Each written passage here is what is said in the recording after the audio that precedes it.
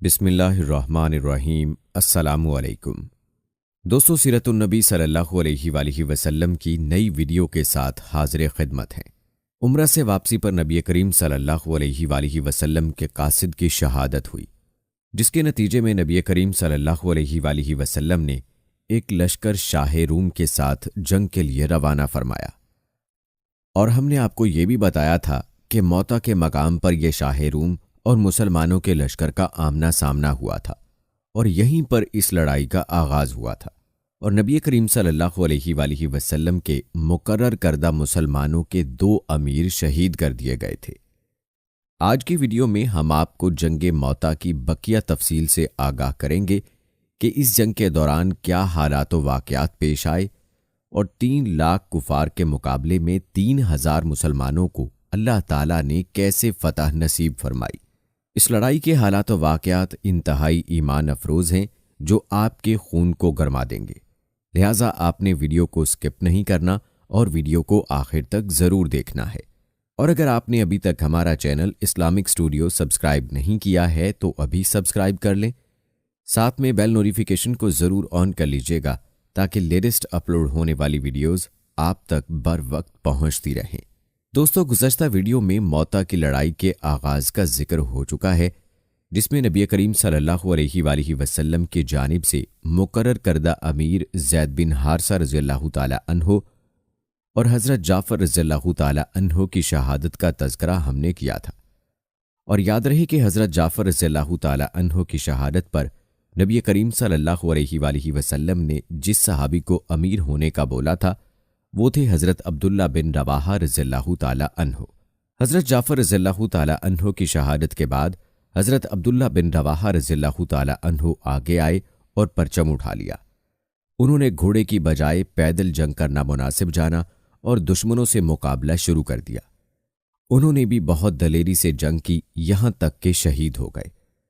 اب مسلمان اور عیسائی ایک دوسرے کی صفوں میں گھس چکے تھے اور جنگ گھمسان کی ہو رہی تھی۔ کافروں کی تعداد چونکہ بہت زیادہ تھی اور مسلمان صرف 3000 تھے، لہٰذا ان کی تعداد کو اس تعداد سے کوئی نسبت ہی نہیں تھی۔ اس لیے ان حالات میں بعض مسلمانوں نے پسپائی اختیار کرنے کا ارادہ کیا، لیکن اسی وقت حضرت عقبہ بن عامر رضی اللہ تعالی عنہ پکارے، لوگو، اگر انسان سینے پر زخم کھا کر شہید ہو تو یہ اس سے بہتر ہے کہ پیٹھ پر زخم کھا کر مرے۔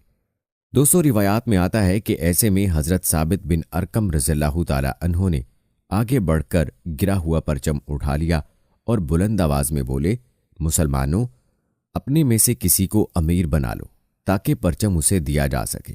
بہت سے صحابہ پکار اٹھے، آپ ہی ٹھیک ہیں۔ یہ سن کر وہ بولے، لیکن میں خود کو اس قابل نہیں سمجھتا۔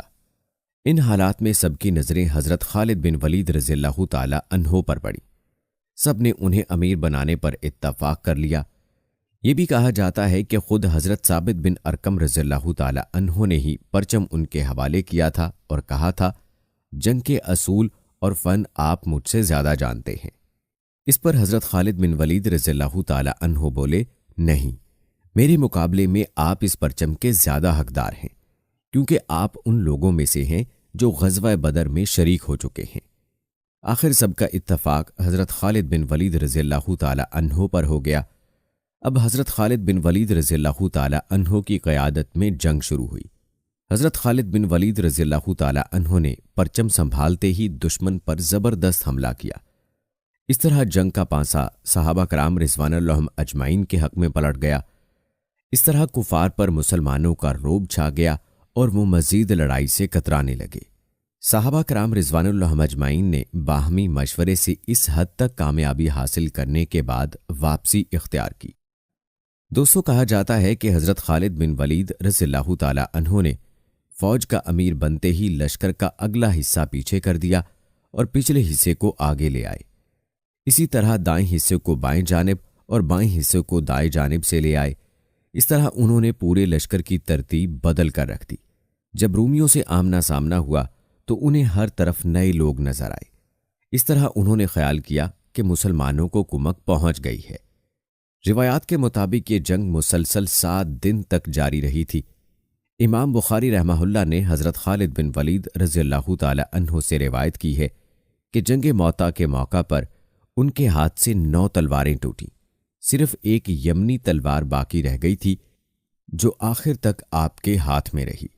دوستو، ادھر تو موتا کے مقام پر یہ جنگ ہو رہی تھی اور ادھر مدینہ منورہ میں کیا ہو رہا تھا؟ وہاں کا منظر یہ تھا کہ اللہ تعالیٰ نے حضرت صلی اللہ علیہ وآلہ وسلم کو سارا حال بتا دیا۔ آپ صلی اللہ علیہ وآلہ وسلم نے صحابہ کرام کو جنگ کی خبریں سنانے کے لیے مسجد نبوی میں بلایا اور خود منبر پر تشریف فرما ہوئے۔ اس وقت آپ صلی اللہ علیہ وآلہ وسلم کی آنکھوں میں آنسو تھے۔ آپ نے بتانا شروع کیا، لوگو، خیر کا دروازہ، خیر کا دروازہ، خیر کا دروازہ کھل گیا ہے۔ میں تمہیں تمہارے لشکر کے بارے میں بتاتا ہوں، ان غازیوں کے بارے میں بتاتا ہوں۔ وہ لوگ یہاں سے رخصت ہو کر چلے گئے، یہاں تک کہ دشمن سے ان کی مٹ بھیڑ ہو گئی اور زید بن حارثہ شہید ہو گئے۔ ان کے لیے مغفرت کی دعا مانگو۔ پھر جعفر نے پرچم لیا اور بڑی ثابت قدمی سے لڑے، یہاں تک کہ وہ بھی شہید ہو گئے، ان کے لیے بھی مغفرت کی دعا کرو۔ پھر عبداللہ بن رواحہ نے پرچم اٹھایا اور وہ بھی شہید ہو گئے۔ پھر خالد بن ولید رضی اللہ تعالی عنہ نے پرچم اٹھا لیا۔ وہ لشکر کے امیر نہیں تھے، وہ خود اپنی ذات کے امیر تھے، مگر وہ اللہ کی تلواروں میں سے ایک تلوار ہیں، اس لیے اللہ کی مدد تیار ہے۔ اللہ تعالیٰ نے اس تلوار کو کافروں پر سونت دیا ہے، اللہ تعالیٰ نے دشمن پر فتح نصیب فرمائی۔ اس کے بعد حضور اکرم صلی اللہ علیہ وآلہ وسلم نے حضرت خالد بن ولید رضی اللہ تعالی عنہ کے بارے میں یوں دعا فرمائی، اے اللہ، وہ تیری تلواروں میں سے ایک تلوار ہے، تو اس کی مدد فرما۔ دوستو، یاد رہے کہ اسی دن سے حضرت خالد بن ولید رضی اللہ تعالی عنہ کو سیف اللہ کہا جانے لگا۔ پیارے دوستو، آپ کو بتاتے چلیں کہ حضرت اسما بنت امیس رضی اللہ تعالی عنہا حضرت جعفر رضی اللہ تعالی عنہ کی بیوی تھیں۔ جس روز اس لڑائی میں حضرت جعفر رضی اللہ تعالی عنہ اور ان کے ساتھی شہید ہوئے، نبی اکرم صلی اللہ علیہ وآلہ وسلم ان کے گھر تشریف لائے اور فرمایا، جعفر کے بچوں کو میرے پاس لاؤ۔ حضرت اسما رضی اللہ تعالی عنہا بچوں کو آپ کے پاس لے آئیں۔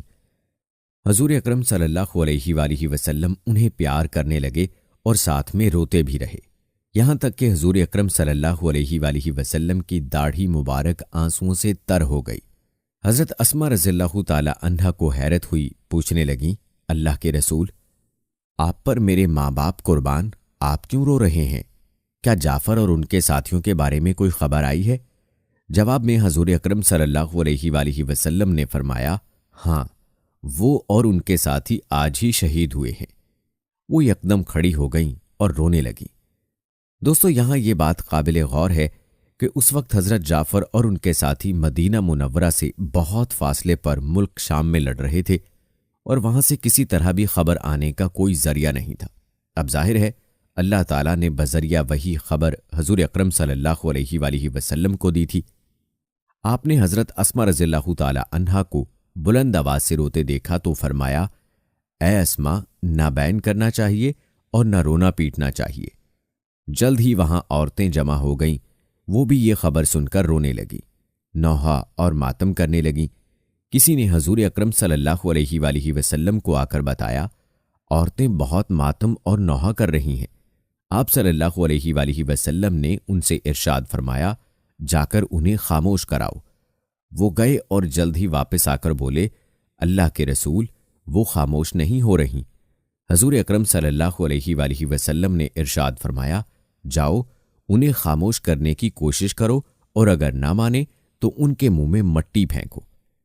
اس کے بعد آپ صلی اللہ علیہ وآلہ وسلم نے حضرت جعفر رضی اللہ تعالی عنہ کے بچوں کے بارے میں یوں دعا فرمائی، اے اللہ، جعفر بہترین ثواب کے حقدار ہو گئے ہیں، تو ان کی اولاد کو ان کا بہترین جانشین بنا۔ اس کے بعد آپ صلی اللہ علیہ وآلہ وسلم وہاں سے واپس تشریف لائے اور اپنے گھر والوں سے فرمایا، جعفر کی بیوی بچوں سے غافل نہ ہو جانا، آج وہ بہت غمگین ہیں، ان کے لیے کھانا تیار کر کے بھیجو۔ حضرت جعفر رضی اللہ تعالی عنہ کے بارے میں آپ صلی اللہ علیہ وآلہ وسلم نے ارشاد فرمایا، اللہ تعالیٰ نے جعفر کے دونوں بازوؤں کی جگہ پر 2 پر لگا دیے ہیں، وہ ان کے ذریعے جنت میں اڑتے پھرتے ہیں، سبحان اللہ۔ دوستو، حضرت عبداللہ بن عمر رضی اللہ تعالی عنہ کہتے ہیں کہ حضرت جعفر رضی اللہ تعالی عنہ کی لاش پر ان کے سینے اور مونڈھوں کے درمیانی حصے میں 90 زخم آئے تھے۔ یہ تلوار اور نیزے کے تھے، اور کہا جاتا ہے کہ حضرت جعفر رضی اللہ تعالی عنہ اس روز تھے بھی روزے سے۔ حضرت عبداللہ بن عمر رضی اللہ تعالی عنہ کہتے ہیں کہ میں حضرت جعفر رضی اللہ تعالی عنہ کے پاس شام کے وقت پہنچا۔ وہ میدان جنگ میں زخموں سے چور پڑے تھے۔ میں نے انہیں پانی پیش کیا تو انہوں نے فرمایا، میں روزے سے ہوں، تم یہ پانی میرے منہ کے پاس رکھ دو، اگر میں سورج غروب ہونے تک زندہ رہا تو اس پانی سے روزہ افطار کر لوں گا۔ حضرت ابن عمر رضی اللہ تعالی عنہ فرماتے ہیں کہ سورج غروب ہونے سے پہلے ہی وہ شہید ہو گئے۔ دوستو، یہاں پر ہمارے نوجوانوں کو تھوڑا سا غور کرنے کی ضرورت ہے، جو رمضان المبارک کے روزے رکھنے سے بھی خود کو محروم کرتے ہیں۔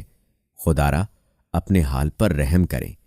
ہم انہی صحابہ کے نام لیوا اور ان کے پیروکار ہیں کہ ایسے حالات میں کہ زخموں سے چور ہیں لیکن روزہ نہیں توڑا، اور ایک ہم ہیں کہ روزہ توڑنے کے لیے چھوٹے چھوٹے بہانے ڈھونڈتے ہیں۔ اللہ پاک ہمارے حال پر رحم فرمائے۔ حضرت عبداللہ بن عمر رضی اللہ تعالی عنہ سے روایت ہے، ایک مرتبہ ہم رسول اللہ صلی اللہ علیہ وآلہ وسلم کے ساتھ تھے۔ اچانک آپ صلی اللہ علیہ وآلہ وسلم نے آسمان کی طرف منہ اٹھایا اور وعلیکم السلام ورحمۃ اللہ فرمایا۔ لوگوں نے عرض کیا، اے اللہ کے رسول، یہ آپ نے کیوں فرمایا؟ جواب میں ارشاد فرمایا، ابھی میرے پاس سے جعفر ابن ابی طالب فرشتوں کے جھمگٹ میں گزرے ہیں، انہوں نے مجھے سلام کیا تھا۔ دوستو، روایات میں آتا ہے کہ غزوہ موتا سے واپس آنے والا لشکر جب مدینہ منورہ کے قریب پہنچا تو وہیں آ کر اللہ کے رسول اور مسلمانوں نے ان سے ملاقات کی۔ شہر میں بچوں نے اشعار گا کر انہیں خوش آمدید کہا۔ اس وقت آپ صلی اللہ علیہ وآلہ وسلم اپنی سواری پر تشریف لا رہے تھے۔ ان بچوں کو دیکھ کر فرمایا، انہیں اٹھا کر سواریوں پر بٹھا لو اور جعفر کے بچوں کو میرے پیچھے بٹھا دو۔ چنانچہ ایسا ہی کیا گیا اور اس طرح یہ لشکر مدینہ منورہ میں داخل ہوا۔ دوستو، 3 لاکھ دشمنوں کے مقابلے میں صرف 3000 صحابہ کا مقابلہ کرنا اور ان کے بے شمار لوگوں کو قتل کر کے لشکر کا صحیح سلامت واپس مدینہ منورہ لوٹ آنا ایک بہت بڑی کامیابی تھی۔ اس بہت بڑی کامیابی پر جس قدر بھی خوشی محسوس کی جاتی تھی کم تھی۔ دوستو، کہتے ہیں کہ اس جنگ کے بعد مکہ فتح ہوا۔ یہ غزوہ رمضان 8 ہجری میں پیش آیا۔ حضور صلی اللہ علیہ وآلہ وسلم اور قریش کے درمیان حدیبیہ کے مقام پر جو معاہدہ ہوا تھا، اس میں یہ بھی طے پایا تھا کہ دوسرے عرب قبیلوں میں سے کوئی قبیلہ بھی دونوں فریقوں میں سے کسی بھی طرف سے اس صلح نامے میں شامل ہو سکتا ہے، یعنی اگر کوئی قبیلہ رسول اللہ صلی اللہ علیہ وآلہ وسلم کی طرف سے اس معاہدے میں شامل ہونا چاہے تو وہ ایسا کر سکتا ہے۔ اس صورت میں وہ ان شرائط کا پابند ہوگا جن کے پابند قریش تھے۔ اس شرط کی روح سے بنی بکر کا قبیلہ قریش کی طرف سے اور بنی خزاع کا قبیلہ رسول اللہ صلی اللہ علیہ وآلہ وسلم کی طرف سے اس صلح میں شامل ہوا، جبکہ ان دونوں قبیلوں میں بہت پرانی دشمنی تھی۔ دونوں کے درمیان کافی قتل و غارت گری ہو چکی تھی، خون کے بدلے باقی تھے، لیکن اسلام کی آمد نے ان دشمنیوں کو دبا دیا تھا۔ اب ہوا یہ کہ بنی بکر کے ایک شخص نے رسول اللہ صلی اللہ علیہ وآلہ وسلم کی شان میں توہین آمیز شعر لکھے اور ان کو گانے لگا۔ بنی خزاع کے ایک نوجوان نے ان اشعار کو سن لیا۔ اس نے بنی بکر کے شخص کو پکڑ کر مارا، اس سے وہ زخمی ہو گیا۔ اس پر دونوں قبیلے ایک دوسرے کے خلاف اٹھ کھڑے ہوئے، کیونکہ پرانی دشمنی تو ان میں پہلے سے چلتی آ رہی تھی، اور اس بات پر بنی بکر نے قریش کے ساتھ مل کر بنی خزاع کے مسلمانوں کو بری طرح ظلم کا نشانہ بنایا اور انہیں قتل کیا، جس کا تفصیلی تذکرہ آئندہ ویڈیو میں آئے گا انشاءاللہ۔